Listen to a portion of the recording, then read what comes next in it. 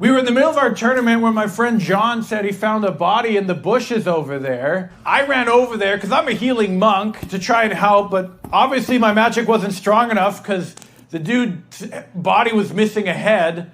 So my friend decided to try and use a necromancer spell, which didn't work, which I knew it wouldn't. And apparently we contaminated the crime scene because that spell uses a lot of glitter.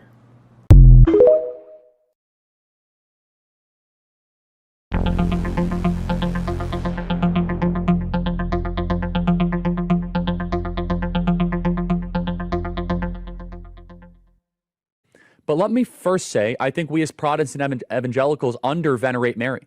She was very important. She was a vessel for our Lord and Savior. I think that we as evangelicals and Protestants, we've overcorrected. We don't talk about Mary enough. We don't venerate her enough. Mary was clearly important to early Christians. There's something there. In fact, I believe one of the ways that we fix toxic feminism in America is Mary is the solution. Have more young ladies be pious, be reverent, to be full of faith, slow to anger, slow to words at times. Mary is a phenomenal example, and I think a counter to so much of the toxicity of feminism in the modern era.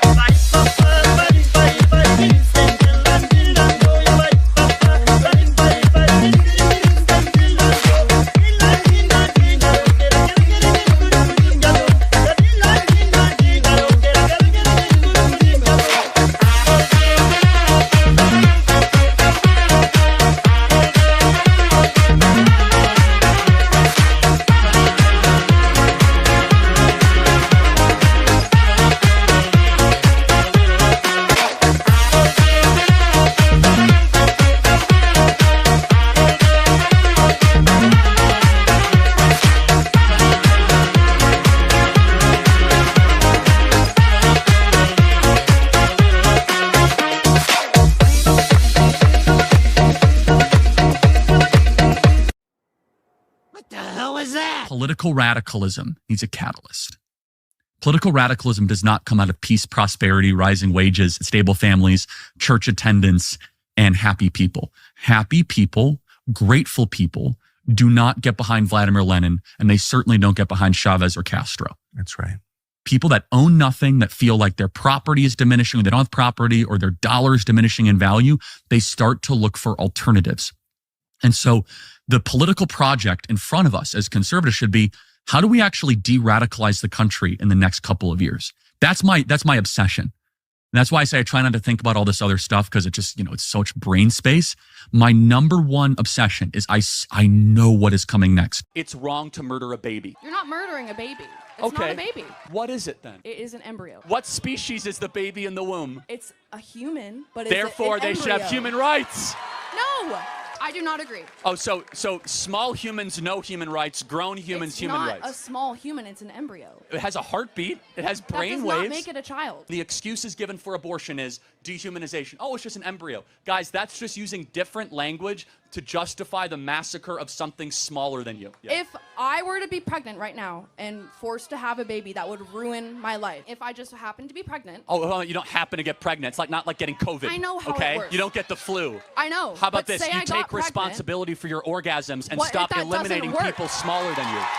So you're saying I should carry a baby and ruin my collegiate life? How about this? Instead of saying ruin, first of all, babies are a blessing. Stop talking at them as if they're some sort of annoyance. I will have to drop out of college. Number two, you play certain games, you win certain prizes. If you're going to go have sex... So you're saying I should drop out of college to support my child instead of supporting my life? I'm saying if you're going to engage in coitus, in the practice of having children, you might end up with a baby. So know that. And guess what? You don't need to have sex before you get married. It's not like showering.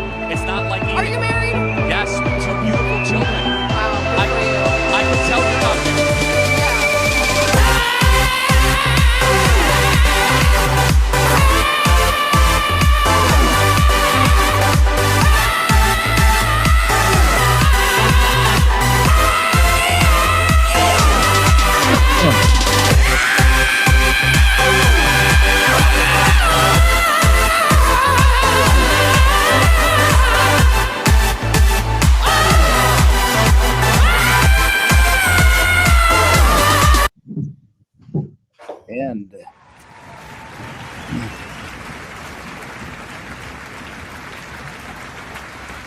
Good evening, ladies and gentlemen. Good evening. We come back to you, unfortunately, with somber, horrible news. As as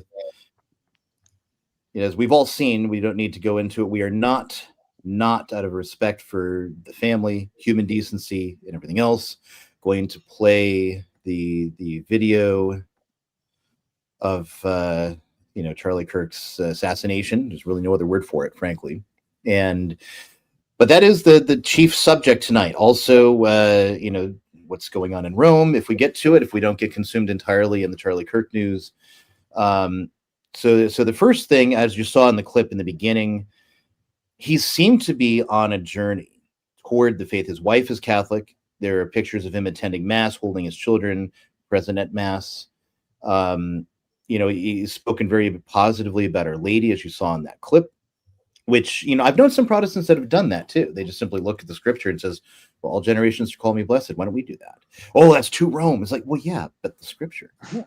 And that can be a catalyst. Our Lady, is a catalyst leading souls to the church. And maybe he was on that trajectory. We pray that he was brought to that trajectory, certainly.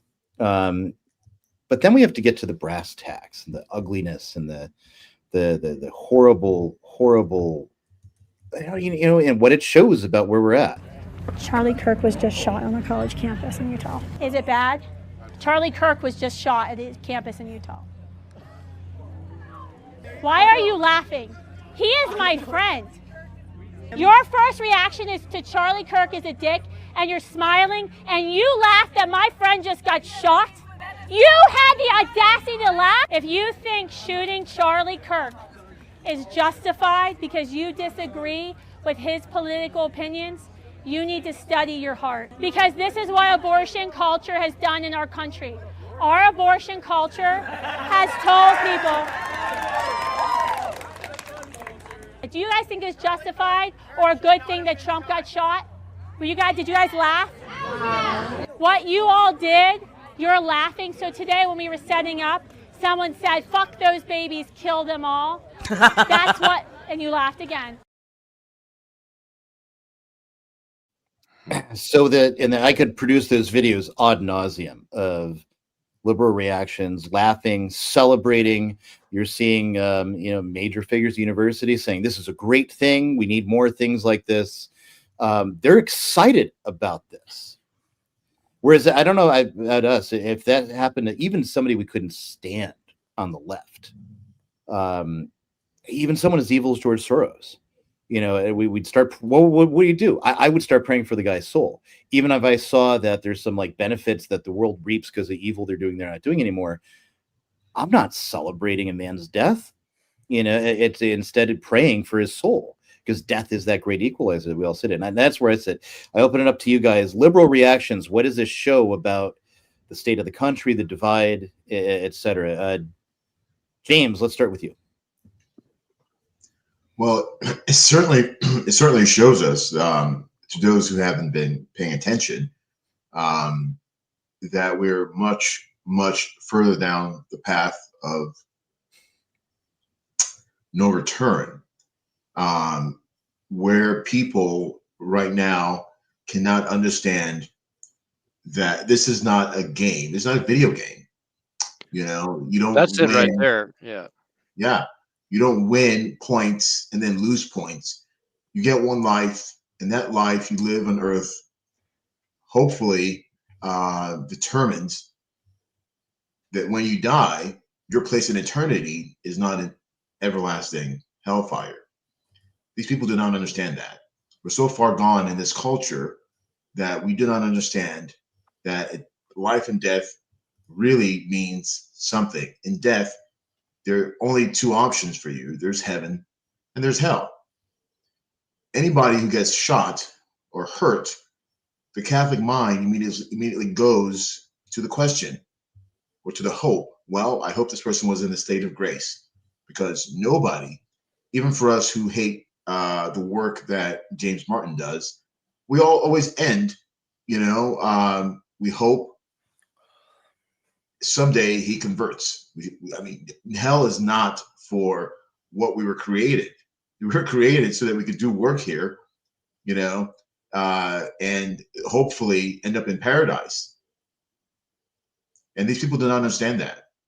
And this is the state of our society today, is people celebrating this on Reddit or any other channel in public, where Kristen Hawkins was, and where Charlie Kirk was. Actually, there were people in the crowd jumping up and celebrating this.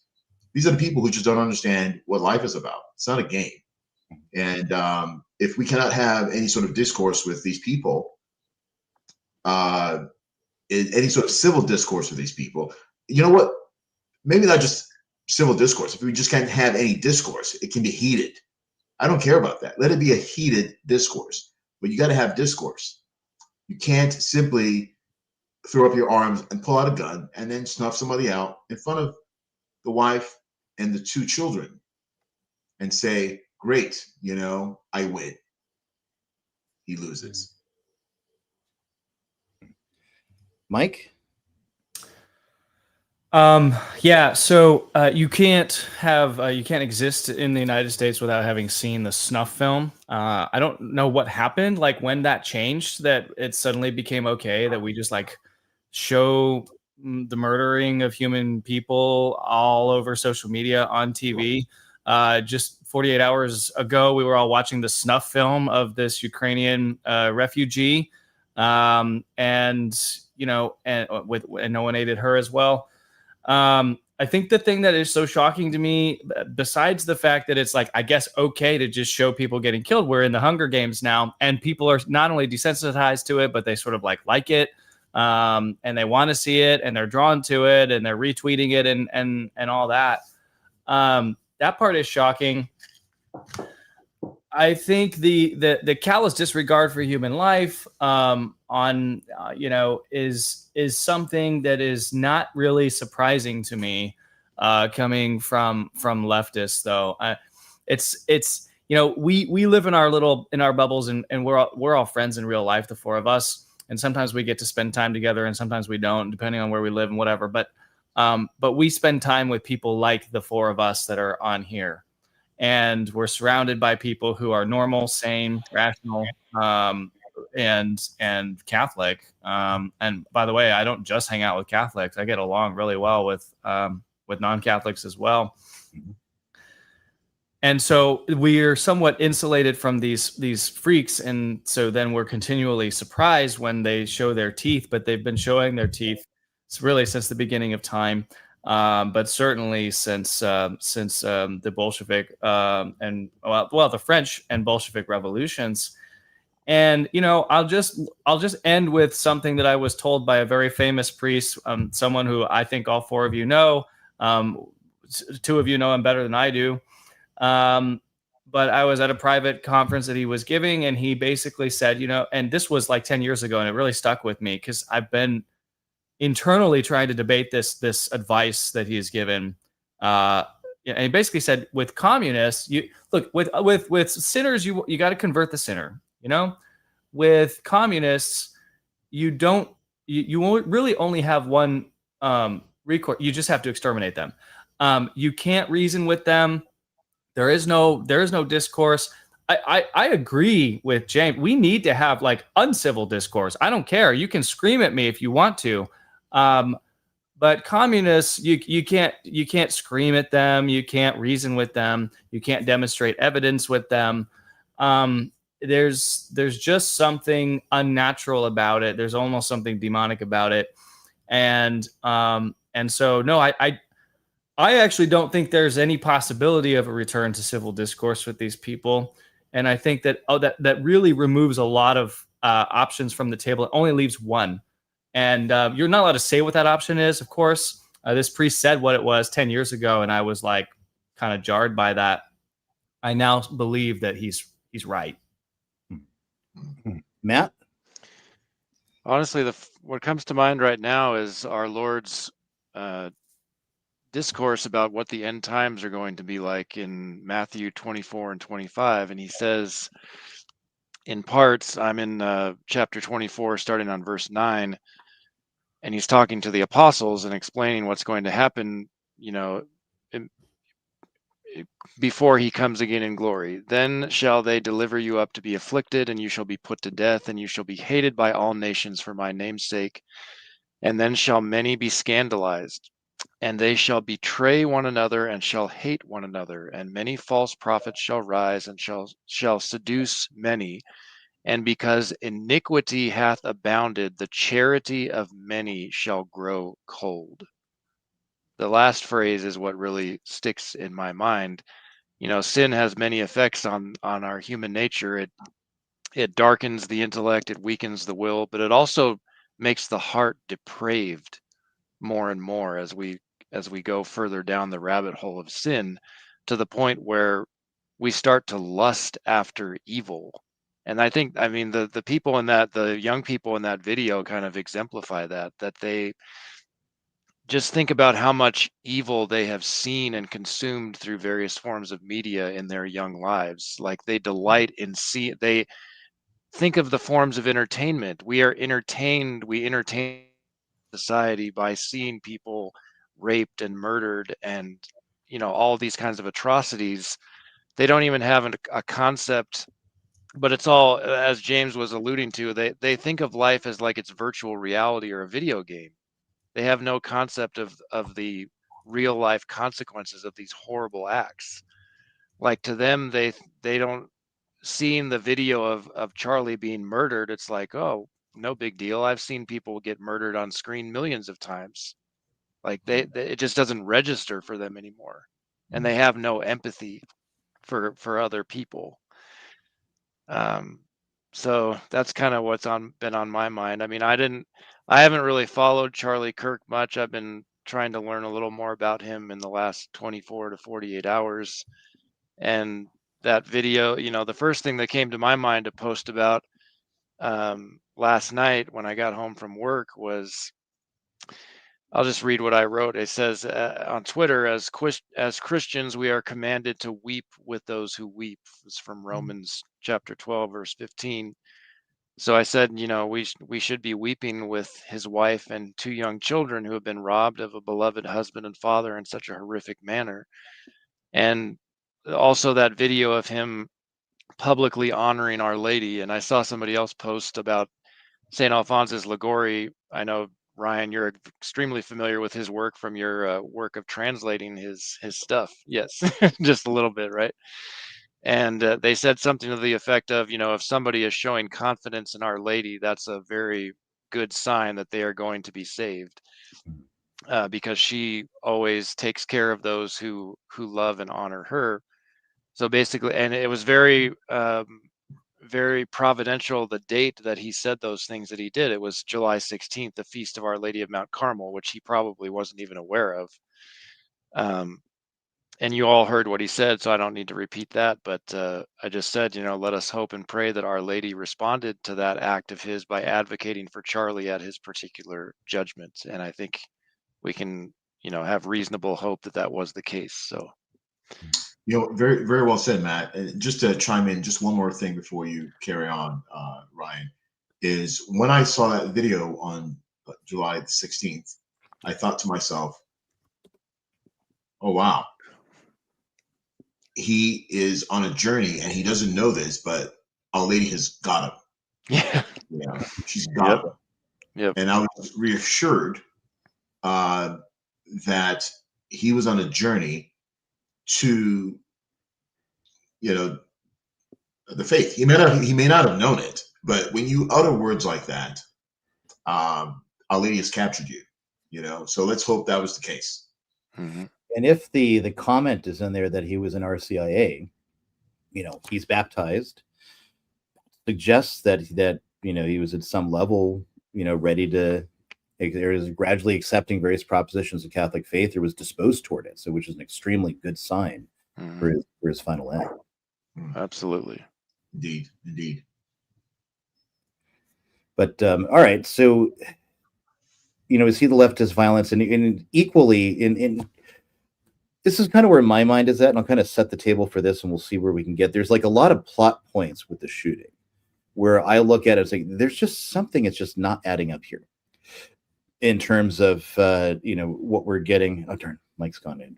Mike will be back, but I needed him for some of the technical details on this. But so one, for years, like the entire Biden administration, white supremacists, they're more, they're painting it, almost as feverishly as English Protestants in the 1600s. We're talking about Jesuits hiding under every nook and cranny, right? White supremacists are everywhere, ready to come out and kill us. But right-wing violence just isn't a thing.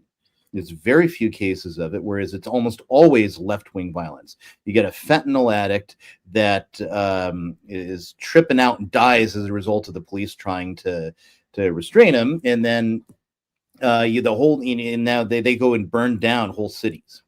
Yeah. You have and praised for it by the media, we might add.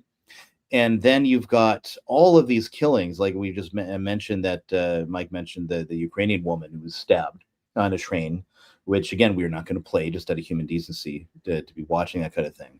But and again, it's almost celebrated, right? But where's the actual? You got the things with almost all the violence, Antifa, whatever you get into, it's all left-wing violence. You really don't see a lot of right-wing violence. And there's other reasons to get into in terms of left-wing control of things, right? And so it seems like for years, intelligence has been like prodding. And the closest they can usually get is when they get into entrapment. Or they did that thing like the Governor Whitmer kidnapping thing, which was entirely created by the FBI. And none of the individuals involved didn't even want to do it, except it was the FBI agents. And some didn't know there were other FBI agents there pushing them to do it. Coaxing them to do it. Yeah, exactly. And that's an old tactic going back to they used to do that to the left back in the 70s, right? So it's a you get that kind of tactic. So the right wing violence isn't materializing yet. Again, the media is everyone's stoking fear of Nazism and all these idiotic boogeymen around the corner that are going to do this and that and the other thing. So now we have this shooting, and it seems like the cui bono of this shooting. Well, the left doesn't really benefit. And now, granted, obviously, some deranged, one-off guy, that if he's the one who took the shot, he's not going to care about that. But just at a wider narrative, who benefits from this? Well, ultimately, I think the police state does, because what it's going to do is radicalizing more people. And like we've talked about tonight, the other side wants violence. Now it's going to bring fear on the right, and it will probably stoke violence on the other side. Right, which is exactly what they want, or lead toward a civil war, like some people are warning. And if that happens, then of course the government swoops in. We know which side they're actually going to try to put down, and it's not going to be the commies, right? And it's it's going to be a bloodbath, and they're going to preside over it when we'll bring in all kinds of. That's kind of my thought. And I look at the details of the shooting, where he struck in his carotid artery. That's like a 1-inch target. Now, and that's where I kind of wanted Mike for. Maybe we'll ask him again when he comes back. Mm-hmm. It's like I can hit a target at 200 yards, easy enough.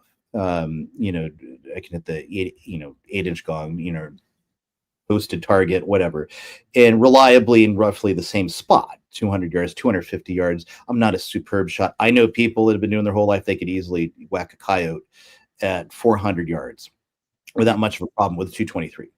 It wouldn't be too much for trouble for them to do it. I might be able to do it, but whatever. At 200 yards, I can reliably hit a target. But what about a very precise 1-inch target that is guaranteed to be fatal? Not to mention, I was going to say, I think the FBI or somebody is claiming that the guy was using a 30-06. I mean, that has a significant kick on it, doesn't it? That's a big gun. Yeah, but even if you're practiced with it, that wouldn't be an issue. You could reliably hit your target at that.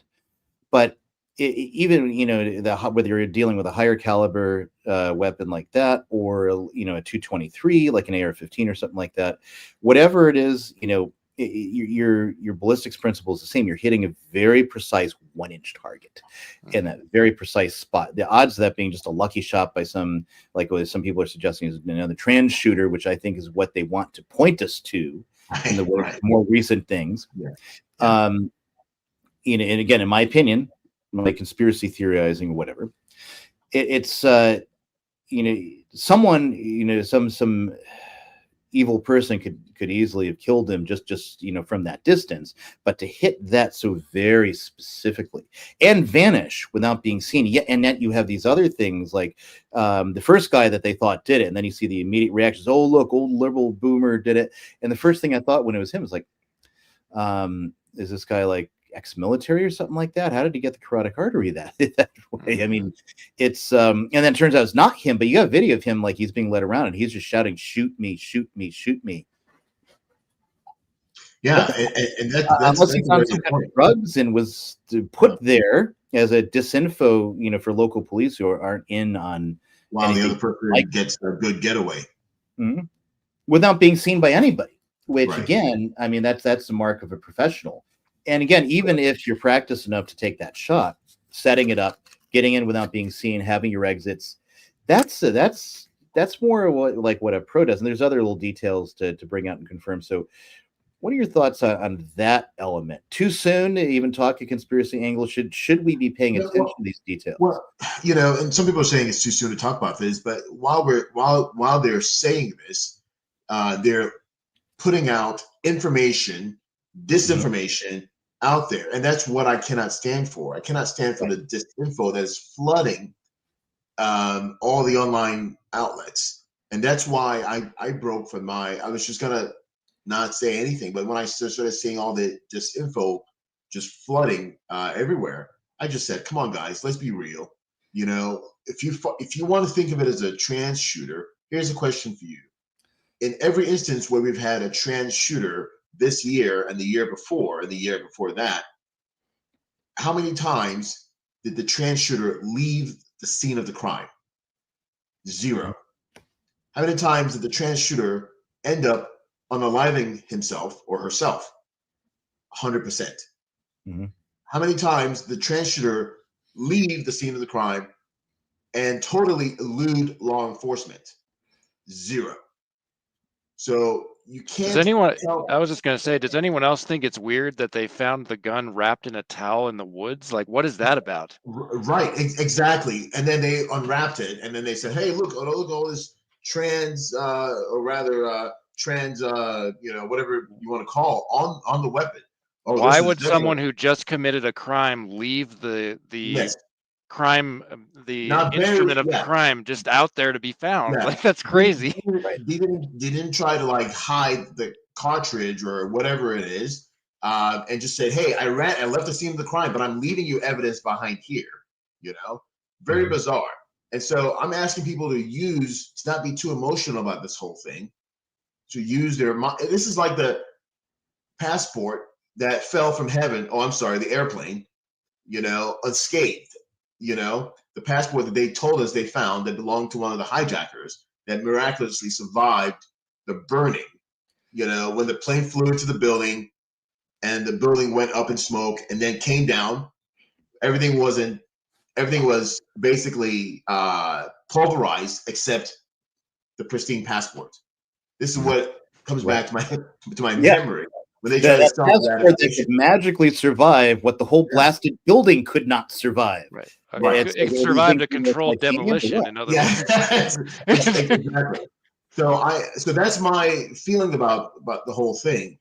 I don't want to jump to conclusions, but of course I like to set the record straight early. The first question I asked people after the incident of January the 6th was, who is Ray Epps? And why is he out there telling people to run to the Capitol?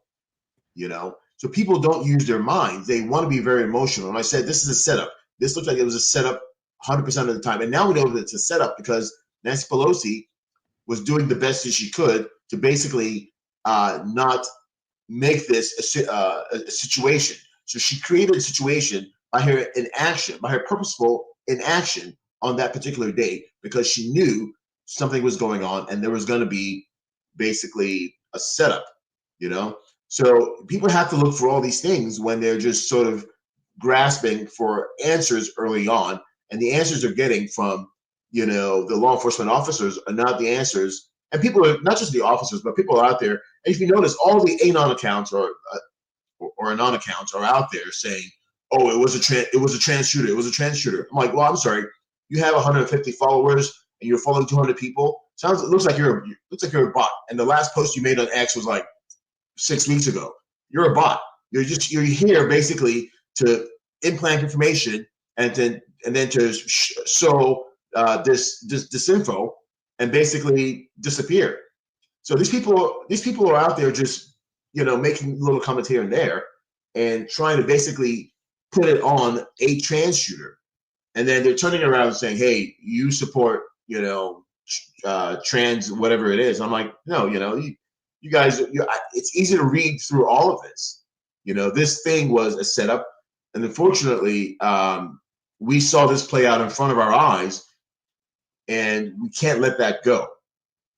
So whatever is truly, or whoever is truly behind this, we don't know for sure. And I have a feeling this is going to be memory hold, just like everything around, Las Vegas shooting, even the Trump shooting, and other things that happened within the last recent years that are being memory hold. We don't even know what truly happened with Epstein in his cell under government surveillance in the cell. We don't even know what happened. We're never going to know. The shooter that was arrested at Mar-a-Lago, we don't really know his real story, and it's been how many months? Right. But I agree with this guy, LP Mike, in the chat. Yeah. This person, LP in the chat, says it's the same setup as the Trump attempt, obviously referring to last July. Outdoor venue, rooftop access, but this time a better marksman. That's yeah. And this person, right, and we don't know who this person is. We'll never find out who this person is. Completely elude law enforcement. There are cameras everywhere, right? But for some reason, and now there's stories of a jet making a quick getaway and making a turnaround and then coming back or something like that. I don't know if that's going to have any legs, but yeah, So, Mike, ballistics question. You're a military man. Most people who practice regularly with a rifle can easily hit a target, in general, 8-inch target, 10-inch target, whatever, 200 yards, 250 yards. And I was mentioning, I know people that have shot all their lives that could smoke a coyote from 400, and I mean an animal coyote, leftist, 450 miles away. Miles. Good God, it's going to click. 450 yards away. Good grief. Anyway, I know people who can do that, but it doesn't necessarily require military training to hit a target. But when we're talking about the carotid artery, it's like an inch wide from 200 yards. That's a first shot, very precise shot. What are the odds of that just being, some as we're now being led in certain quarters to believe it's a trans shooter or whatever? What are the odds of that being something that you're just going to be lucky shot?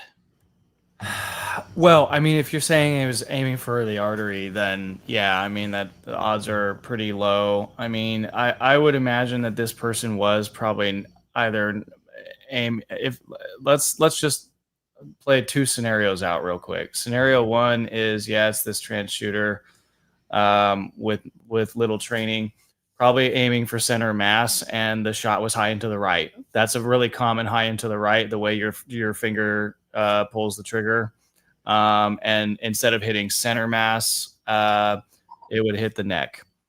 Another option is if it's this person, they're actually aiming for the head, which is what they were aiming for with Trump, which would be a much more spectacular, you see the head get shot and brain matter kind of pop out on the back. I mean, that's while cameras are rolling, that's a pretty spectacular way to end someone's life as well. And it was low and to the right.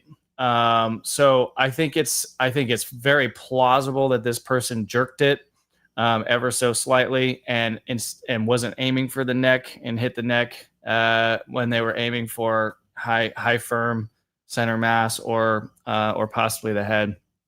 Charlie was sitting there. He was a seated stationary target, which is a lot easier to hit than a standing target like a Trump, who's moving around, a little bit more animated. So there's that.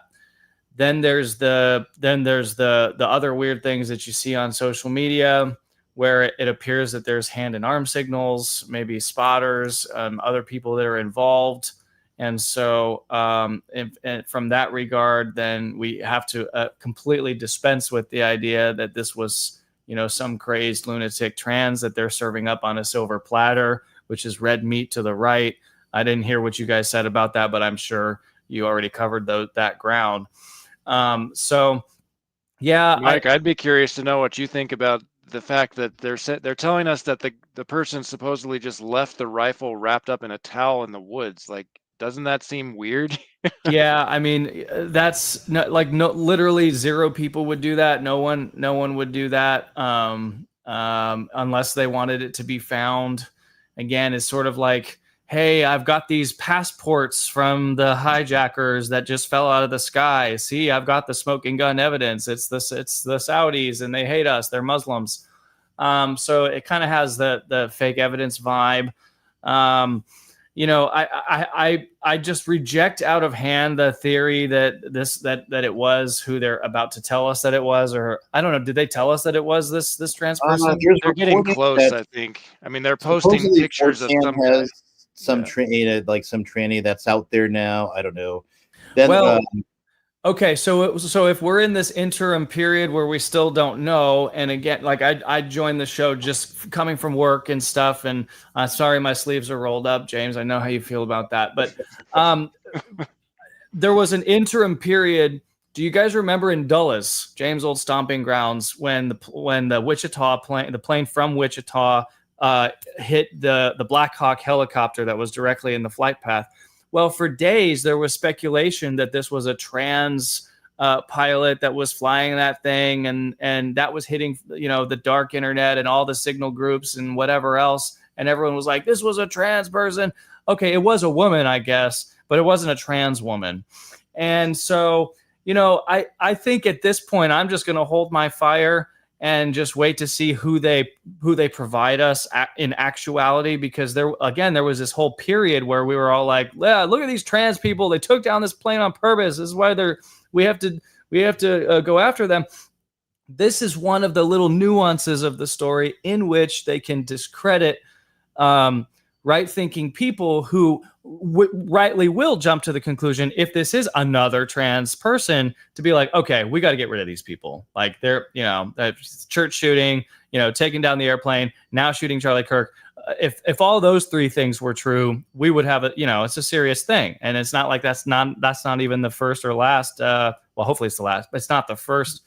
It's just the most recent trans-related shooting event in public. But I'm not even sure that they're gonna try to proffer that as the explanation. I think that's misinformation being put out there to make us look stupid. Okay. Because if we jump to the conclusion and say, transgenderism is violent extremism, it should be designated as a terrorist group. Okay.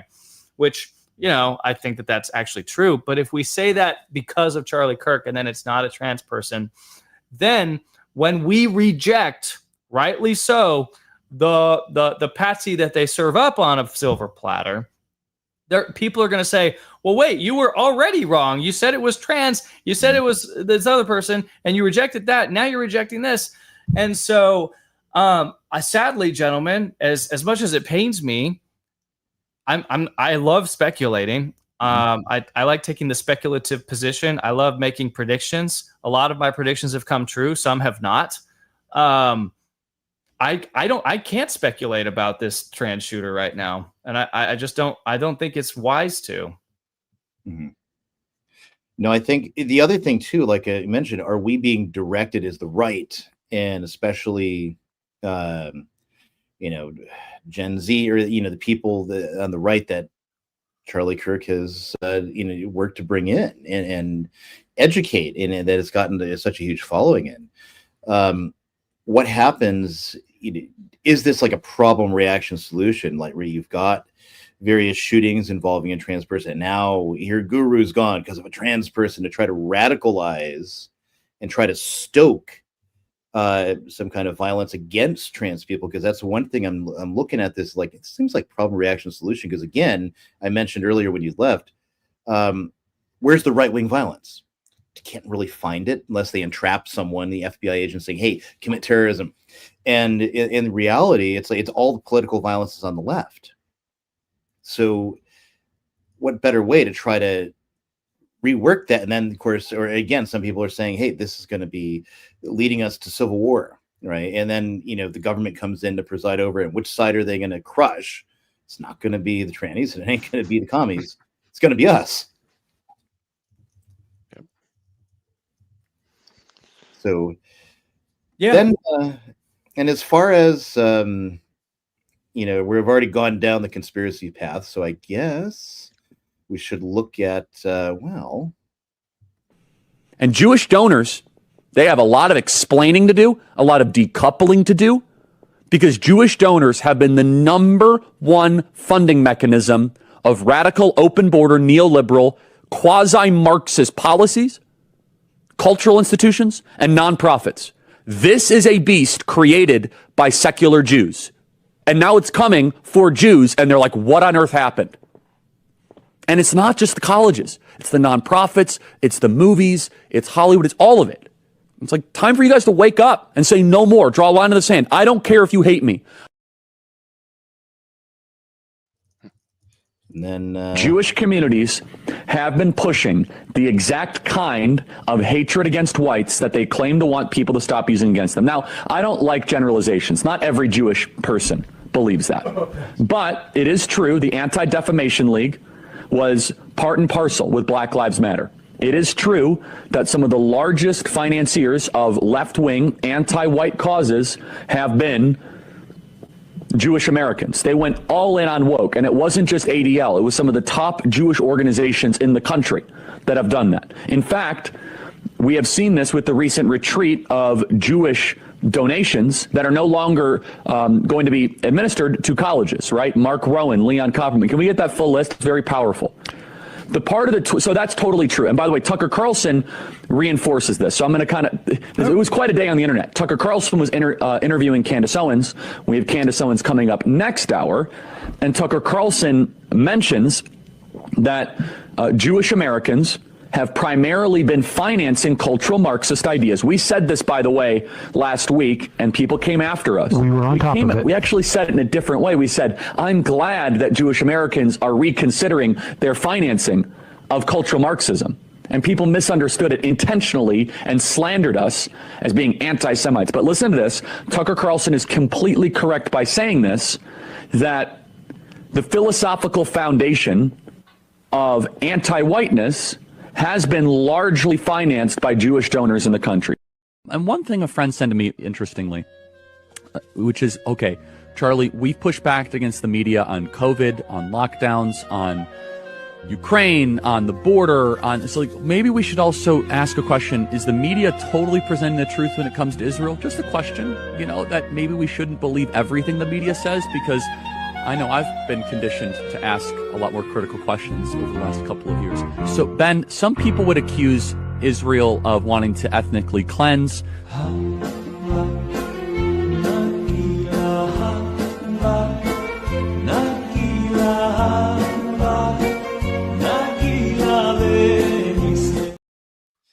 So I, look at that one, and again, once again, Jews. Just always end up back there. But it's curious that Netanyahu is bombing. He's got bombing campaigns in Yemen. Israel's got bombing campaigns in Qatar. He's got bombing campaigns right now, of course, in Gaza, as we know, Lebanon, Syria. That's 5 specific military campaigns he's directing, to say nothing of the fact that he's also working against aims in the Knesset to oust him and charge him with crimes, because, again, not everyone in the Israeli state runs on the same page. So he's fighting all of these different, and he stops practically within minutes of Charlie Kirk being killed to tweet that out, even before Trump's done it. It's may mean absolutely nothing, but it's a curious point that he's starting to be a little bit, he starts noticing. Thoughts? The only other embellishment I can add to this is supposedly at least one reporter, possibly two reporters from InfoWars, had released the information about a month ago saying that Charlie Kirk feared for his life, and that he believed that he was being targeted for assassination by Israel as a result of his fairly recent commentary with respect to that. I've heard Hitchborn over at Lepanto. What's his outfit called? His one man Lepanto Institute. Yeah. Okay, the Institute of One Man. I've heard him say that that Kirk was in RCIA. I generally think that Hitchborn is 80% right on things, and when he says something factual, he is someone who tends to corroborate his facts. So if we're imagining the full picture here, we're talking about a man who is attempting to convert to the Catholic faith. There are pictures of him from the various churches in D.C. with his children. He's attempting to become a Roman Catholic. He is questioning unconditional support for Israel. He verbally said on Megyn Kelly's show that he has less ability to criticize the state of Israel than a citizen of Israel does. And we have InfoWars saying that he feared for his life because of all of those comments that he has made recently. I think everybody kind of knows what the real story is here. And when I say everybody, I mean the commentariat class, to include Candace and Tucker and Fuentes and whoever else that people listen to. Everybody knows what the real story is here. And the reason why you would be so brazen if you were Bibi Netanyahu and within 8 minutes of the shot being fired, take a break from 7 bombing campaigns to notice it. What a great noticer he is. And not to mention the time change. Like what time? Wouldn't it be like the middle of the night over there or something? How would he even know? Yeah, right. Yeah. And so, but the reason you would be so brazen about it is if you were actively engaged in a campaign to chill speech. So this will create a chilling effect on the rest of the commentariat. This will send a clear message to everyone else that there are no lines that Israel will not cross. And we knew that when they blew up pagers indiscriminately maiming people in what country was that? Egypt? Whatever country. That was Iran. That was in Iran. In Iran. We know that there's no actual line that they won't cross. There's no moral line that the state of Israel will not cross. But they put a finer point on it with this provocation, and it's designed to silence Taylor Marshall. It's designed to silence us. It's designed to scare anyone out of, especially the more prominent people, out of noticing the truth about the terrorist state of Israel and what they're doing. Yeah. I think a case in point in that regard, Charlie, as I understand it, was a broadcaster on Real America's Voice. That's right. And they announced today, I have the tweet pulled up. I sent it to you. I'll get it up. Sent the link in the private chat. But it is with heavy hearts that we share some difficult news regarding the upcoming Rebels, Rogues, and Outlaws tour. In light of recent events and increased security concerns following the tragic assassination of our beloved friend and leader, Charlie Kirk, we have made the decision to postpone the event. This was not a decision we came to lightly. Charlie dedicated his life to fighting for America, and he poured his heart into the movement so that so many of us carry forward today. Out of respect for his legacy and out of concern for the safety and well-being of all attendees, we believe postponement is the most responsible path forward. And so I know some people have said in the comments to this in response, like that's exactly what they wanted. They achieved their goal. Mm-hmm. Yeah. So true. Yeah, that's and that's another effect too. And oftentimes there's effects unseen or effects that are like tangentially planned for when people are planning things, and that could be. But then again, it might not. It might be entirely just an after effect, and like, oh, good, this is exactly what we wanted to see, and because they don't want you. Just like when January 6th is another one of those where not only they're going after people in the Capitol, and again, anyone who actually did real acts of vandalism in the Capitol should be prosecuted for that. But there was no insurrection. There was no. You got a bunch of grandmas and other people with cameras walking inside the ropes going in, and not only are they arrested, but you got people who use their debit card within a mile or two of the Capitol. They're getting visits from the FBI. Yeah, over it. People that liked and reposted comments from people who were at the Capitol got visits from the FBI. They weren't even there, but they still got visits from the FBI. And you look at that, and it's just like, this is just insane. What do they want to do? They want to compel you to not speak out. If you go to a rally, facial recognition's got you there. You think of like the one guy that he's too scared to stop clapping lest he be the one that's, oh, you're counter-revolutionary, you're going to the gulag, right? It's almost like that sort of effect. Everyone, your actions are now compelled in the public square because you don't want to end up in prison, dead, whatever, on account of the criminalization of speech. 100%. I think it's also interesting that this took place in just a day before the anniversary of the worst, whatever you want to call it. I mean, it was an act of terrorism, regardless of who's actually behind it. But 9/11, that's a very interesting. It's a very interesting coincidence, I think. Indeed. In fact, do we want to make that pivot since we've already gone down the rabbit hole? Sure. All right.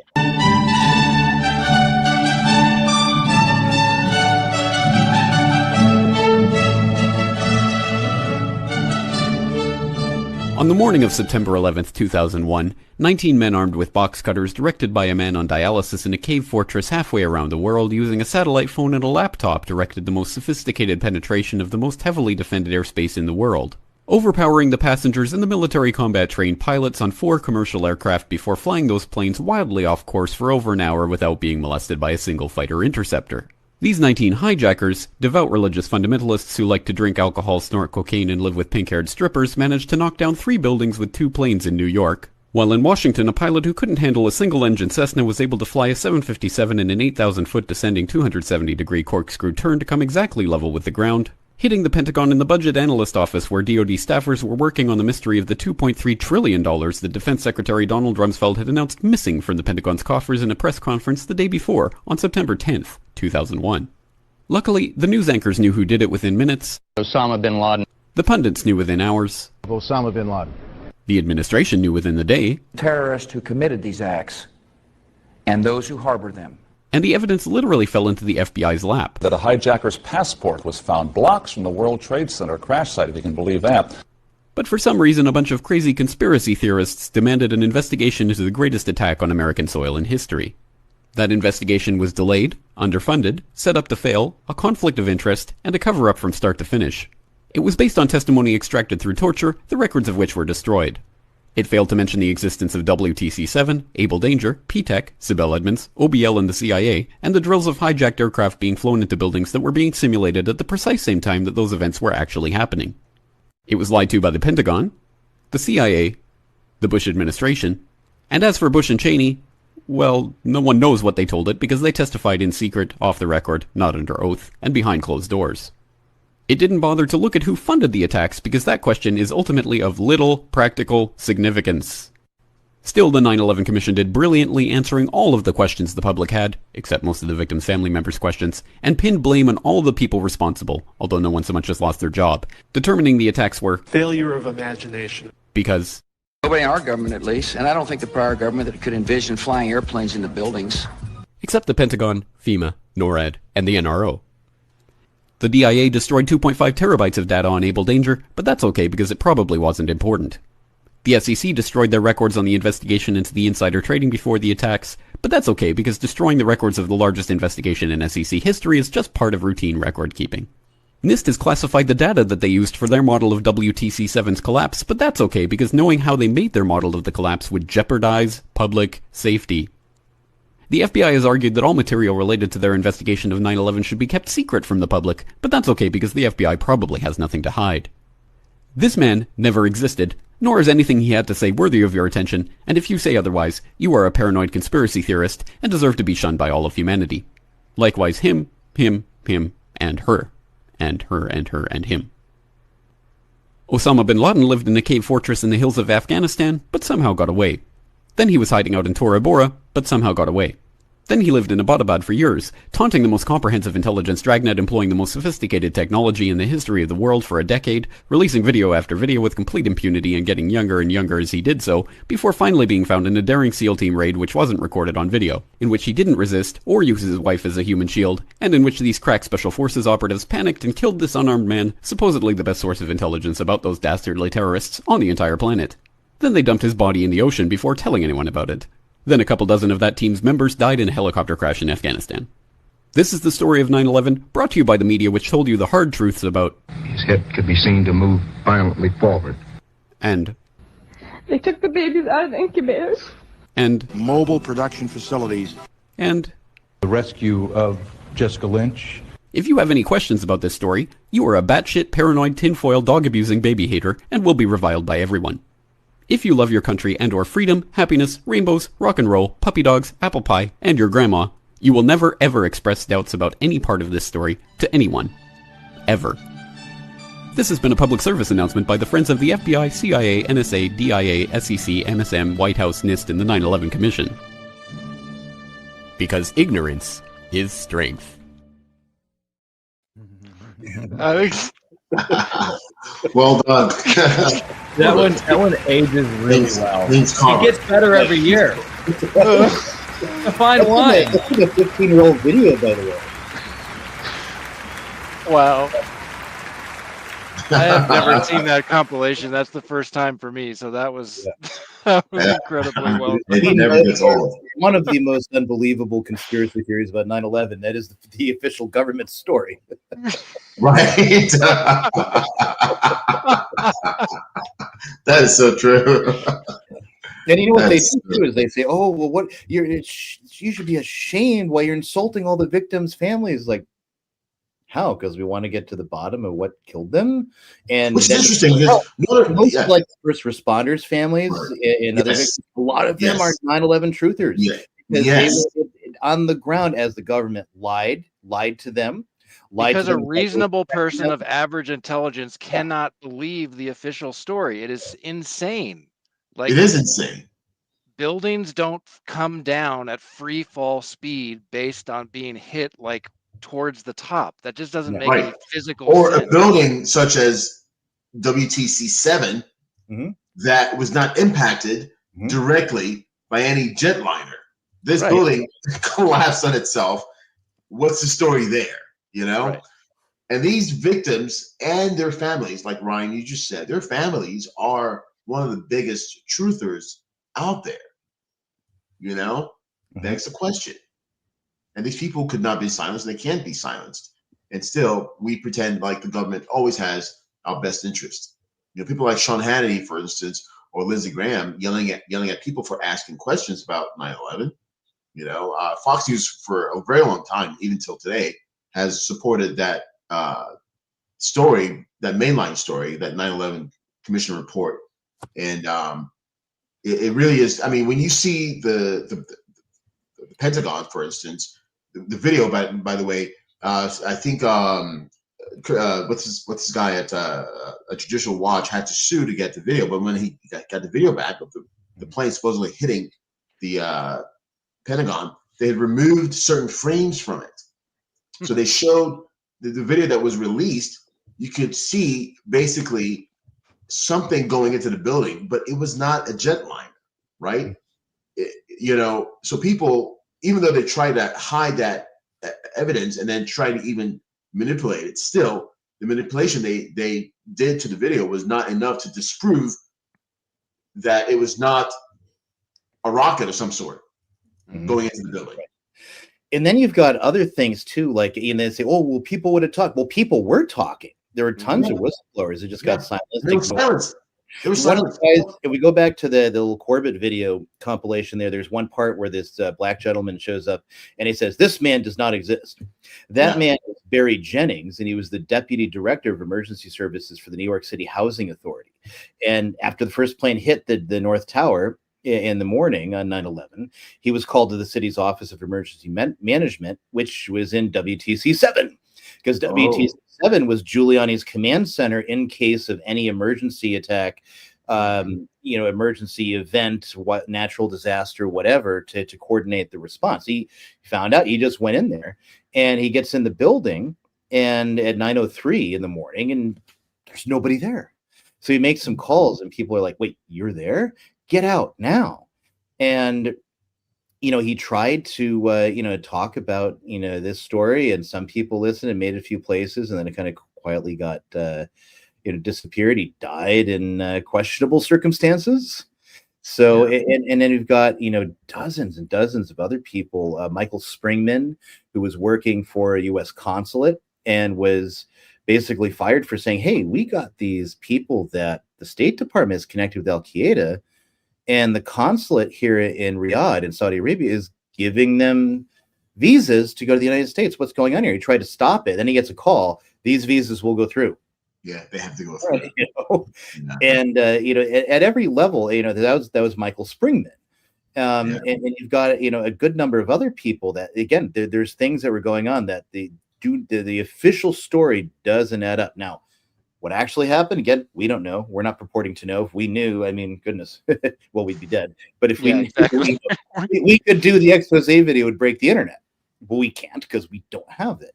And that's the point of asking the questions and plugging holes in putting holes in the narrative and saying, is this real? It's not because we have the answers on the other side. It's because we have all this evidence that the official story doesn't add up, and we, the public, deserve the answer.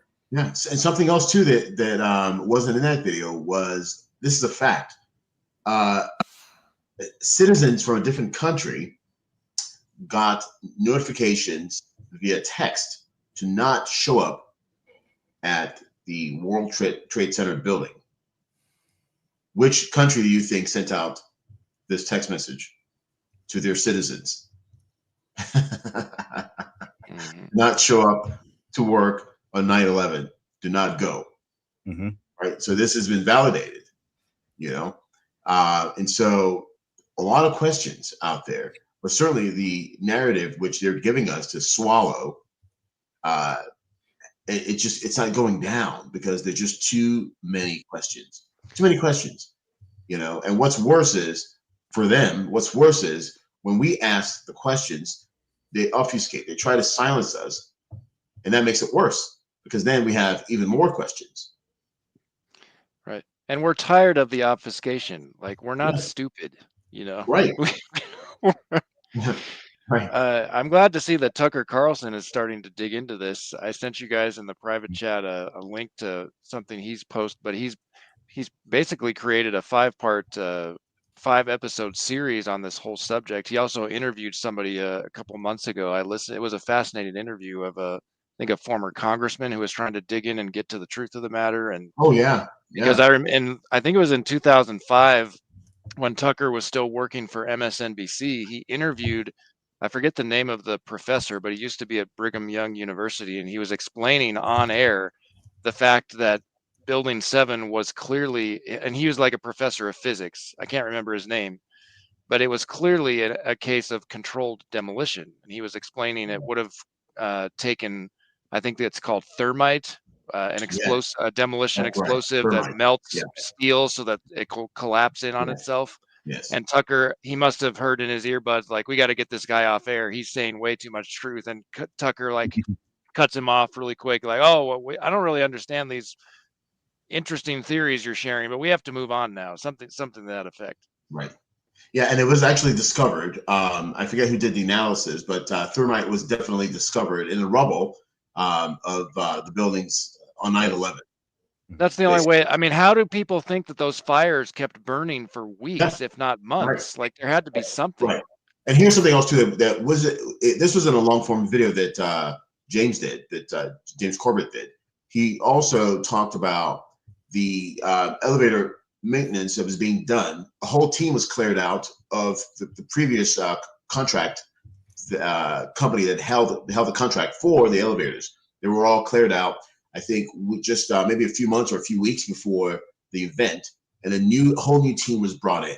Now, can you imagine what that whole new team was doing to the elevators?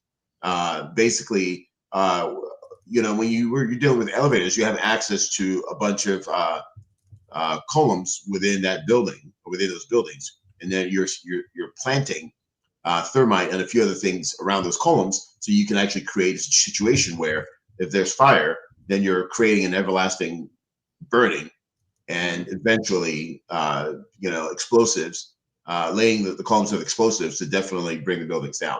So all this has been talked about ad nauseum, but still people pretend as though the official story is what should stick. That's crazy.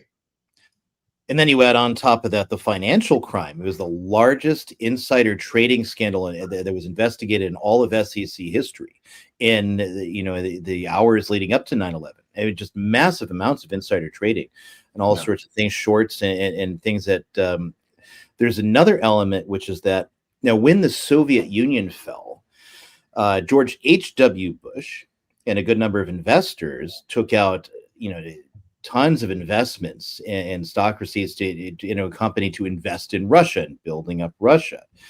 And it was good as long as Yeltsin was president, but then Putin comes in and they're kind of kicked out.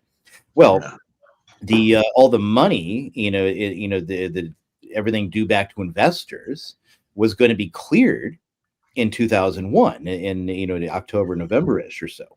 Where were all those stock receipts, all of the things that normally go through SEC and are cleared, showed paid, and whatever? They were in the Twin Towers and burned down with them. Yeah. Funny that, kind of like all the Whitewater files and the Clintons went down in the Murrah building in Oklahoma City. But again, it's that might be too much for tonight.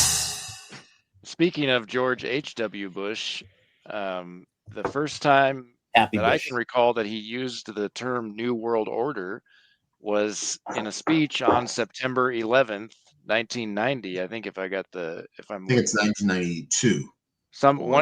It was early 90s, but I know it was definitely September 11th. No, wow.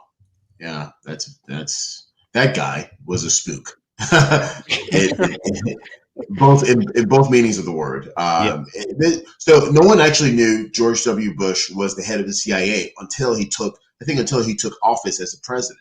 Then they declassified, or rather that he was a CIA agent before he became the head of CIA. No one knew this guy at all was a spook. And then all of a sudden he's the CIA head, and all of a sudden, boom, he is now the vice president. Obviously, Reagan was not the choice that the Republicans wanted at the time. They were trying to basically have him put with a babysitter. That babysitter was George H.W. Bush. And of course, the interesting thing about John Hinckley Jr. was that John Hinckley Jr. was family friends with John Hinckley Jr., for those who don't know, is or rather, I think he's still alive, is the shooter of attempt on Reagan. President Reagan. And John Hinckley Jr. was actually friends with the Bush family. He was a disturbed man. People are speculating, or have speculated, that he was under some sort of a psychiatric, he was visiting. He had what's the term? He was a patient of some psychiatrist or whatever. He may have been used to basically take down Reagan so that H.W. Bush would effectively become the president. Well, that didn't happen. It happened a few years later, obviously, but there are all these strange coincidences that people just kind of refuse to see. But hopefully, things are getting clearer. The more things like this happen, the more people are able to draw the right associations. And It's only going to get worse for the deep state in the sense that everyone's becoming more and more alert, more and more awake. Now, what this does for us in the future, as far as garnering that energy that we need, especially in light of what just happened yesterday, how is that going to push us in the direction of action, right action, I should say, so that we don't get in a situation of being raped into another J6 situation. I don't. So one of the things I have the pleasure of teaching is Microsoft Excel to certain students. And one of the things that we do is we nest functions within functions. Okay. So I hate to nest. I hate to do that here. I hate to say, okay, I don't want to take what James just said and nest it within another stratified layer of conspiracy per se. But one would have to wonder if it's not actually part of their plan of manipulating our emotions. One quick overview statement. I find myself to be completely manipulated by the imagery that I'm seeing.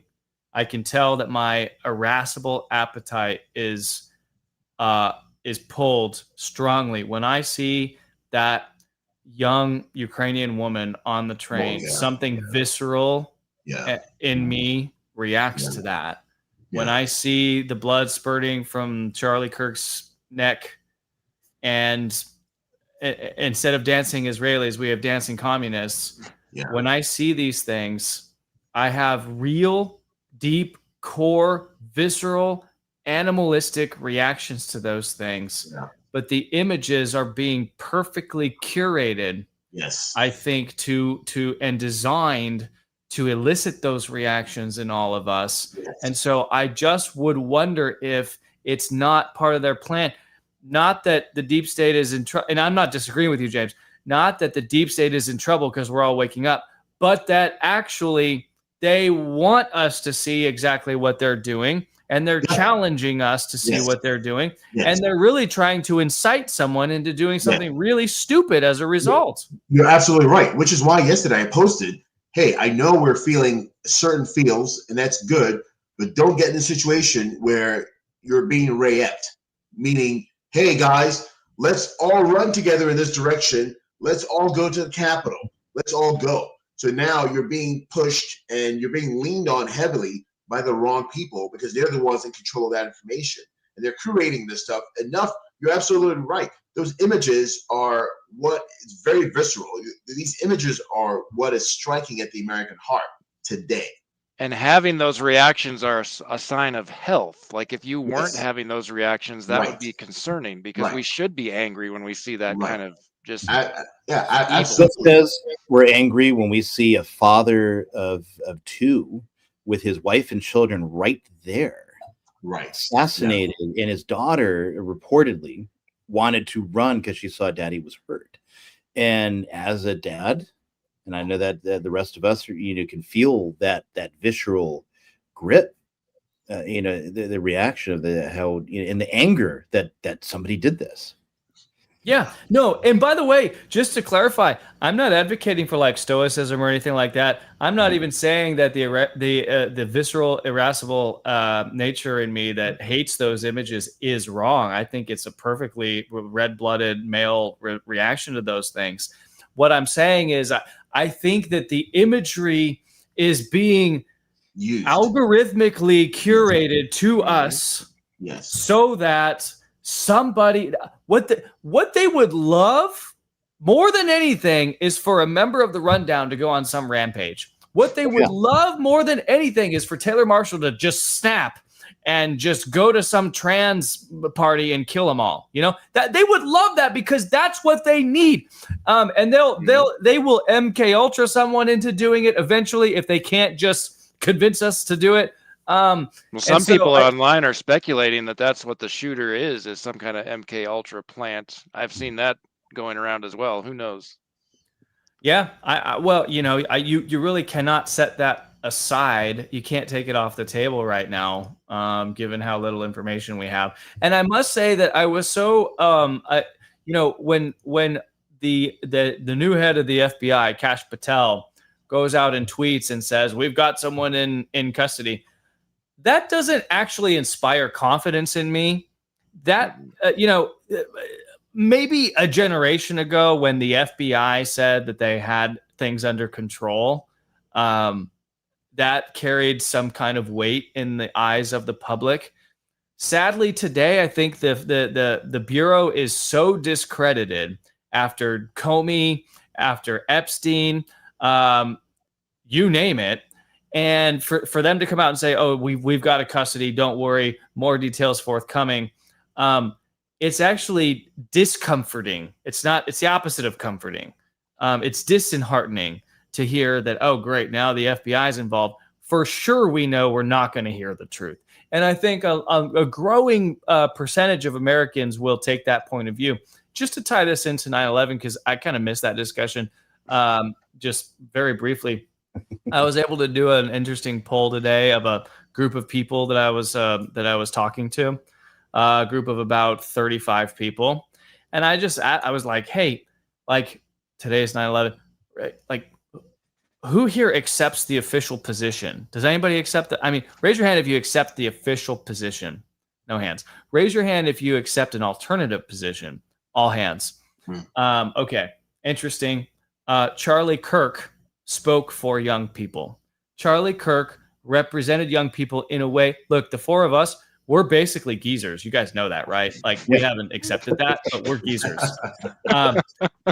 The Zoomer generation was well represented by this man, Charlie Kirk. He's not someone that you watched, Matt. He's honestly not someone that I watched until his Tucker Carlson interview. And then I started to take notice and pay attention. I think Ryan and James, you probably paid attention to him more than. I actually didn't know that much about him until more recently.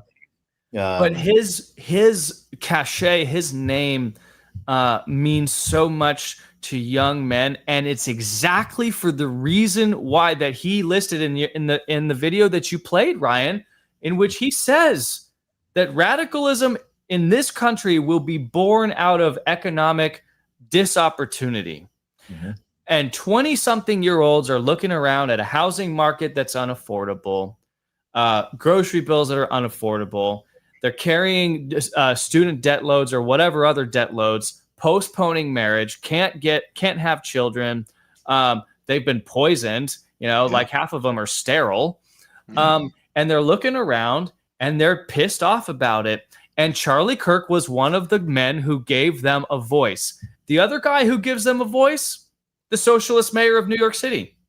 And none of us should be surprised that we are now electing literal communists to elected positions of great power, including our largest city in these United States, given the economic dynamics and the economic realities. So I absolutely think that this crossed a line that the four geezers here, we really don't even know how deep this wound is, the loss of Charlie Kirk, on the Zoomers who are really the only hope for this country. The Zoomers who are awake to these issues, reject the narrative, distrust the government, and are pissed off about the fact that they can't get on with their lives because of the economic realities that are no fault of their own.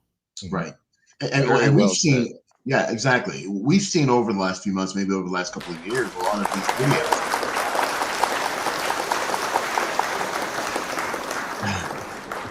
We've seen perhaps over the last couple of years, a lot of videos of young women coming to terms with the economic realities that they're facing. Why did I go to college? Why did I waste all my time here? Why am I being told I need to set myself out of the house in which I grew up to have a life of my own, and then have all these bills basically force me into tears because I just don't know how I'm going to make it? And so you have a lot of these videos. I'm sure a lot of you have seen these videos out there, these young women out there crying, because they're starting to realize, you're absolutely right, Mike. This is bill of goods that they were sold. And, Kirk was the person who would get on college campuses and ask these very genuine questions of people. And so yesterday, it's very interesting. We see a lot of violence online, but a lot of these young kids were hurt visibly by what they saw, and a lot of them had the right, the right reaction. This is a young man, like you just said, wife and 2 children. He did not deserve this end, and a lot of liberals too, by the way, a lot of progressives were also out there saying the same thing. I never agreed with this man, and he never spoke for me, but this was just a man sharing his ideas, and now this man is gone. His wife no longer has a husband, and his children no longer have a father. And so these are the people who we had written off maybe 3 or 4 years ago, but they're all now starting to be alert. One other detail that struck me, Mike was talking earlier about these images seem to be very specifically curated to elicit these very visceral emotions, which in and of themselves are not bad. Actually, they're a sign of health and morality. If you notice in the video that we've probably all seen, the last 2 words out of his mouth before he was shot were gang violence. Yeah, that's very interesting to me. Like, were they waiting for him to speak about that particular subject before they made the shot? I don't know. That could have just been a coincidence, but it just struck me as very like, wow, how terribly, like, tragically ironic. The last words that he said were gang violence, and then boom. Right. That's crazy. That's crazy. Yeah. And I can't imagine the traumatic effect of the people who were there, especially those who were close to the front. And there is a video out there that I've seen, was sent to me by somebody else, that Wish I didn't see it, actually. I mean, it's like front row view. It's really disturbing. So for people who were in close proximity and who had a really good view of him, I mean, they'll never forget. Like, they're going to have nightmares about that for the rest of their life, probably. Absolutely. I mean, to say nothing of his poor family is right there to see that. Right. And it's like, and that elicits an entirely different thing, is that, I've been through watching a wife die, and, but that was cancer. So there's a certain, like, disease, whatever, there's no person you can look to blame and say, oh no, that's the person I gotta, be angry at now. In this case, that, when your spouse is the victim, your father is the victim of violent crime, right? It's some horrible thing like this. That's someone did this without whom he'd still be here with us today. That's an entirely different reaction than like I think something else that we need. Similar. Something else I think we really need to touch on as Catholics, specifically in light of the previous pontiff's ridiculous false claim that the death penalty is inadmissible. Yeah. Because I tweeted yesterday night, like last night, the last thing I tweeted was, the only appropriate punishment for capital crimes is capital punishment, period. Yeah. And that's not, and people need to understand that capital punishment is not an act of revenge. It's not an act of vengeance. It's called retributive justice. Yes. Okay. It is not based on the passions. It's based on right reason. And it has to be done, not simply to protect the public from future threats, but as an act of retributive justice, as a matter of the natural law. Because how is it just to stick him in a cage for 30, 40, 50 years, death penalty, even giving, on the taxpayer's dime. Yeah, even getting death sentence still means the same thing. There's no difference, because then it'll be dragged out. Eventually, in certain states, you might finally receive the penalty, but who knows how long that'll take. So you're in a cage, getting 3 squares a day with gym equipment, TVs, and not that it's always paradise. There's lots of violence too in prison. And you keep talking about human dignity. How is it dignified to keep someone in a cage and, for 30, 40, 50 years? And then, with all the violence involved in prison, and make the community pay for it, in taxes, that's just not simply just. Whereas you look at the flip side, where, okay, your execution is for X time tomorrow morning, get right with God. That you're going to stop and think about that. And some people will continue, and not go. Right. I mean, can you imagine if we, I want to see a clergyman of some kind. Yeah, and absolutely. Yeah. Far more conducive to repentance than, to sit in a cage for 50 years. I think 30 days is more than generous. That 30 days. Right. You have enough time to recollect your thoughts, to think about your life and how you've basically lived on a wrong path, and you collect yourself. You make your act of contrition, right, and set yourself on the right path spiritually, and then you know what, time to meet your maker. If a lot of people had this picture in their heads in general of the reality that would face them if they dared to commit such a crime, perhaps we wouldn't see so much violence. This person, going back again to this case in North Carolina, this person had been released, 14 times? Mm-hmm. By a judge who actually has no legal qualification. She ran for the office and got elected. Didn't even pass the bar or have any kind of legal training. Can you guys imagine if I got elected to a judgeship somewhere? Like I would be overnight the most famous judge in America. I don't have any legal qualifications, by the way. Apparently that doesn't matter, as we just heard. I can't fathom that. That would be disturbing to the enemies of God. They would be disturbed by my existence, and I am equally disturbed by this woman's existence. And I think she should be tried. I mean, she should be culpable. Yeah, absolutely. I mean, we're living in a broken system, and we've said this for such a long time. The system is not working anymore, and the more it exists this way, the more it'll be hard. I mean, it's already we're already at a point of where it seems as there's no return. You can't return to things as normal. Something has to change. And the longer that people get used to lawlessness, the worse the lawlessness is going to get. Yeah, if absolutely. There's no real punishments. Absolutely. I mean, look what happened to those people during the French Revolution who kept crying off with his head, or who tried to at least off the heads of the royals and ministers of the law. They themselves, in the end, they got the guillotine. Because the people they turned around and said, "Wait a second, we're done with who's that person? Marat. Is he the one who got guillotined? Ryan, do you remember?" Yeah, I mean several, but yeah, Marat. Yeah, exactly. Not Marat. Sorry, not Marat. Danton. Yes, exactly. No, Marat was famously killed in his bath by. Exactly. Yeah. And so eventually, the law that they tried to blow up comes back and haunts them. And what's happening in Nepal, for instance, also is another indication of where things might eventually go. Might not go the way they think it'll go.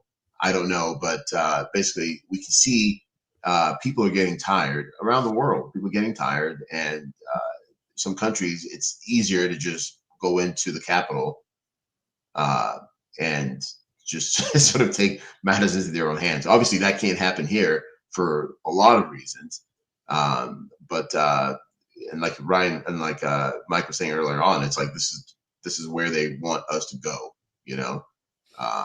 and we have to be able to see past our emotions right now and look at how worse it can get if we act the way that they want us to act, so yeah. Why are you gay? Have to throw that in. That's my question to all people who are against the death penalty. Yeah, exactly. Yeah. It's like just propositionally, it's one thing to say, well, modern society, we don't need that for X, Y, and Z reasons. As a proposition, I don't agree with it at all.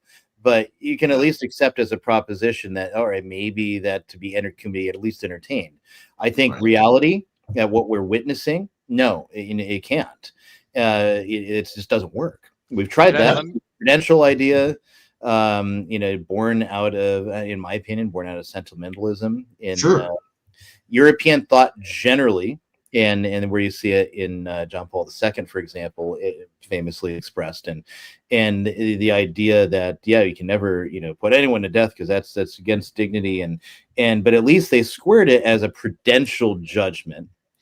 And Cardinal Ratzinger was very clear about that too. Whereas then once you get to the last pontificate, you then get, no, it's against human dignity. And we have discovered this new human dignity that apparently that the church never knew before, for whole ages, when it confirmed the right of the state to exercise. But we can also, you're absolutely right, Ryan. But we can also say all those previous statements were indeed laying the groundwork for the softening in the church's stance, which then Bergoglio took advantage of. Mm-hmm. So we kind of see when JP2 was talking about it, there were already people using that statement to basically say, look, this is the opening we needed, and we're taking this opening, and like then some of the other things of ambiguity over the last 70 years or so, sure. To jump through and open those up wide. And then you see, but it was more pernicious under the late Holy Father, because then it's not just, so we've discovered this new sense of human understanding. That's why we can always say it's inadmissible, but it's like, Vatican I explicitly condemns that entire form of reasoning. Yes. Vatican I says that you can never come to that the dogmas of faith must be understood in the sense in which the church once has always been. Yeah. And then the sense in which she once declared them, that namely, you look back, what is the sense in which the church is teaching? The theologians at the time whose work led the way for that statement, what the church has in mind when it gave that in a council or the formal papal teaching, whatever, and must not be departed from, Vatican I says, in the name of a new and more efficient understanding, unquote. Well, right. That is exactly what the argument was in the last pontificate for eliminating the death penalty. Yeah.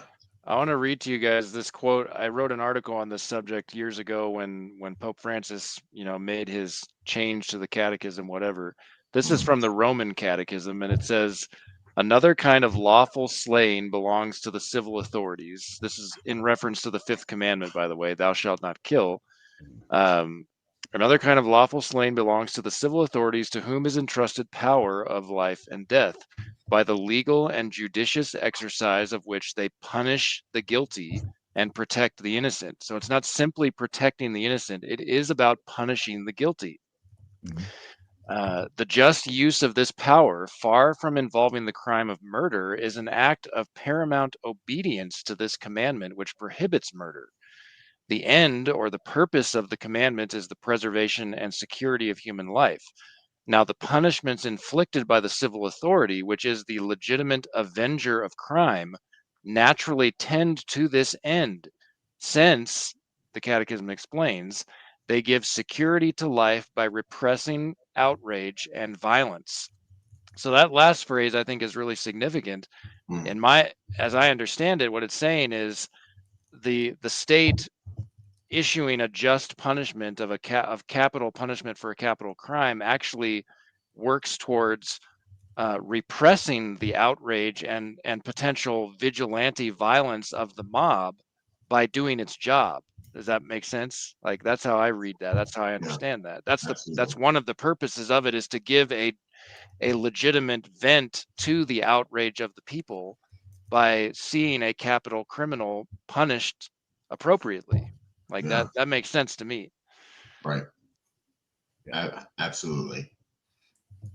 I want to thank him and by the way, I'm not, I may be a white boy, but I'm not stupid. I want to thank him.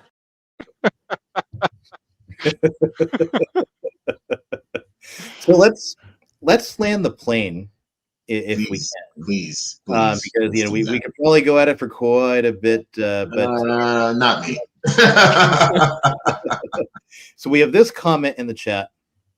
Do you guys have any thoughts on civil war coming in the future? And I guess it's probably a good spot to end, because we've seen all the things. We could summarize again everything we've seen just leading up to Charlie Kirk's assassination.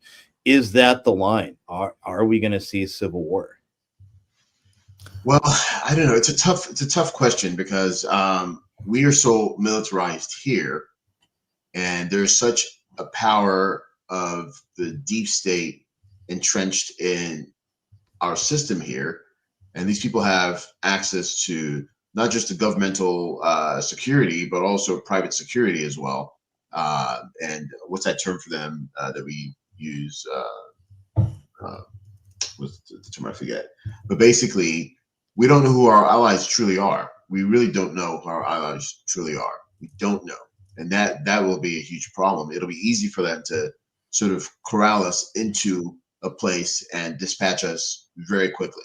You know, they can launch any kind of weapon system that they want, and basically, you know, it's done. They have access to our water supply systems. You know, we're not living in a state now where we can truly be off grid. Everything can be used to cause more disadvantage. The water, you know, the water supply, for instance, the food supply. You know, we saw this obviously through 2020. And what's that event that happened in Pennsylvania where their water was poisoned and the government just didn't do anything about it? You know? So we're extremely vulnerable when it comes to, you know, fighting and taking things back. We can try. We can end up like, you know, the martyrs of the north of France there. What's that? The Vendée. Yeah, exactly. We can end up like the Vendéans, you know, put up a good fight and then just be happy when things end how they end. Of course, it'll be very courageous and honorable thing to do. But as far as civil war en masse, how that would pan out, it wouldn't pan out well for the average American citizen. I think if they turned off the grid for like a couple weeks or something, or a month, I mean, it would be pandemonium everywhere, because 90 to 95% of people in this country, myself included, so admittedly, I don't know how to survive off the grid. I've never been taught my whole life. I've never known anything else. So I'd be screwed. Yeah, they could go at it, but they'd probably fail. I could manage for a little while, but not terribly long. Right. So, Mike, are we heading to civil war? You know, I think I don't want to be too academic about this. We'd have to define the terms here, and including the defined term of civil war. And what do I mean by that? Exactly what James said, that the parties involved, this would not be the blue uniforms versus the gray uniforms. And even then, I would argue that the War of Northern Aggression was not so clearly defined, and scholars agree that it's not really North versus South. It's not one issue. It's not what the left tells you. It's over slavery and whatever. It's complicated conflict with a lot of interests and a lot of different points of view. And it just so happened that there were some about 600,000 pawns on the board that lost their lives. Over the long term, I think all societies do devolve into chaos. So mathematically, yes, we certainly will have what could be described as a civil war. That's a mathematical certainty. It will happen. It's a question of when, not if, because all societies undergo those things. But I think the question you're really asking is whether or not the shot into Charlie Kirk's neck is accelerating that. And I think the answer to that is probably a yes, but I don't know how to measure by what degree it accelerates it, nor can I necessarily say that, okay, it's instead of being in 5 years, it's in 3 years, or instead of 50 years, it's 40 years. It's very difficult to make a prediction like that. I would end my comment by just wondering what life would have been like in 1839 America. You know, was the conflict foreseeable at that point in time, and who foresaw it, and who warned about it, and who were the people that were attuned to it? Just like we had people in 1910, scholars. There, in fact, there's a couple marine expeditionary scholars who were talking even in the interwar period in like 1925 about how amphibious landing would be necessary for the next war, and how, and they were warning, we have to get ready. We need to be able to land amphibiously into the littoral areas of the world. That's where the next great war will be fought sooner than you guys think. Who are the people who are out there now who can see it clearly? I don't know that I can see it as clearly as I used to think I could see it clearly, because I'm more confused now than ever. I don't know who's who. And I've talked privately with James and Ryan about that. I can't tell who's a good actor anymore. Mike, here's your last question. What was the cause of the Civil War? I mean, I think the cause of the Civil War was basically how government was going to run, the freedoms and what people could and couldn't do. Actually, there were numerous causes, aside from the obvious schism between abolitionists and anti-abolitionists. I mean, I think it always comes down to the role of government. We need to have capitalism. We need to have economic freedom. We need to make sure that we do all things so that individuals have the liberties, so that they can have freedom of speech, freedom of religion, freedom to do or be anything they want to be without government getting in the way. Economic factors, both domestic and international, played a significant... Yeah. Just say slavery. Slavery it is, sir. I forgot you had that. I've never seen that before. But Mike, you posted something interesting earlier today in reference to the assassination of Archduke Franz Ferdinand, which was you said individually the three, and you were posted about Charlie Kirk, the Ukrainian woman, and then the tragedy or the rampage at the Annunciation School. You said the three may not measure out to the killing of an Archduke, but in some we may be witnessing something equally profound. I was curious to know what exactly you had in mind there. Well, not to contradict the soliloquy I just gave you, but I was really in my mind sort of imagining that exactly what I said, especially with Kirk, that a line has been crossed that we may not be aware of. Mm-hmm. And I think maybe the most accurate thing to say about our times right now is we are in civil war. We're living in a civil war. That's a very good point. And the question is how kinetic it will be, but the forces that hate Christ are on the move. They're maneuvering. They're scheming. They're influencing. They're secretly killing people and making them disappear or whatever. There's a lot happening right now, and the best, I think they figured this out. Since the implementation of Stalinist version of communism, we probably won't see that ever again. But the subversion and the covert implementation of an American-style communism, in which you just give the masses their weed and their Netflix and their sports ball, and they won't they won't realize that they're in a working camp. That they're being dispossessed of their assets systematically, that they're being sterilized, poisoned, and whatever. And so I think maybe if you apply that same methodology, the covert subversive implementation of communism, we probably are having a covert subversive civil war right now that we're in, and we're not even aware of it. And so I think they're trying to win a war without having a war, if that makes sense. Well, that makes a lot of sense, actually. I think a much more plausible scenario is that we end up in some form of the Hunger Games in real life. Like that seems to me where we're kind of headed. I don't know. That could very well be. I mean, it depends on how things play out. But yeah, if we have a thing where you get mass violence in all American cities and suburban areas and whatnot between right and left in those areas, and the government comes in, you could see national emergencies, FEMA zones, whatever, and people kind of, stuck in these sorts of areas. And then you have multiple urban areas, like kind of their main district. I forget how it all worked in Hunger Games. It's been a while. Right. But the districts closer to the capital were the more affluent and wealthy and treated, they were like the wealthy slaves, basically. And then the further away from the capital, the worse things got for you on a material level. Yeah, because you don't actually want people closest to you to be the ones who rise up. So you gotta placate them a little bit more. Yeah. To give them a sense of belonging and status and influence.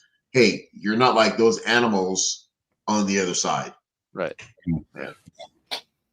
I think Charlie Kirk's assassination does really kind of, symbolize, hey, wake up. You are in a civil war right now. It might not be an absolute open warfare, and it's not going to be, North versus South, gray versus blue versus gray, whatever. It's not going to be that.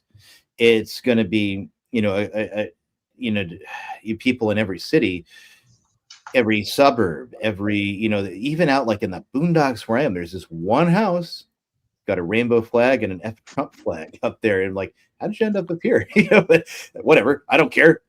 He certainly cares. It'll be, if there, what kind of civil war we'd have, I'm not really even sure. But it's gonna be a bloodbath. I think that the war that we're involved in now is the same war that's always been raging since Lucifer fell. It's not right versus left, it's good versus evil. Yes. That's the war. That's the only war that matters. And the lines are getting clearer and clearer. And Raymond Abraham, an author who's written some books that I have a couple on my shelf, like Sword and Scimitar. I haven't actually read the whole thing. I'd like to at some point. I have way more books than I've actually read, unfortunately. But he released a video like a month ago, and I happened to see him mention it on Twitter today, where he's explaining we really need to get out of this mindset of right versus left, because it's a way of legitimate. Left is simply evil. Like, it's good versus evil. It's right versus wrong. We need to stop legitimizing evil by saying, well, it's just left. It's just on the opposite spectrum of right. That whole paradigm needs to go away. Right. And, we're in a situation right now, and G.K. Chesterton says this very well. It's a situation of Hudge versus Gudge. They're both the same people. And we see this, obviously, with people who call themselves conservatives or Republicans or whatever, but they basically espouse leftist ideology and they dress it up. Look at Dave Rubin, for instance, or what's this guy's name? The guy with the long hair who's doing the Scott or something. Scott Pressler, I think. Yeah. Yeah, exactly. Well, sorry, buddy. Like, the more I look at him, the more he looks like he's turning into a trans Scott. Meaning like a trans mascot. So he's turning into a trans Scott. With each passing day, and Republicans out there are cheering him on and asking that he be given, a little bit more power within the so-called conservative movement / Republican Party. And there's Governor of Florida out there congratulating people for basically purchasing children who shouldn't be purchasing children, in general. But he's congratulating two men for purchasing babies and sent them a gift of diapers for the babies. So we're in this cultural battle. We don't understand, or rather, society at large has lost its understanding of what good versus evil is. Right now, we're living in this throes, in this battle, more than just ideas, right? Like Matt, you said it well. This is good versus evil, and we can't simply look at labels anymore of left and right and conclude that the right has it all right. So the more we understand what we're fighting against, so that we can separate ourselves from all of this, the better it'll be for us in the long run. Exactly. I think the best phrase to sum all of it up really is Christ or chaos. Those are the two options. Christ or chaos. Yes. Yeah. That's it. Well, on that note, it's been a while. Thank you all in the chat again. Awesome chat as always. And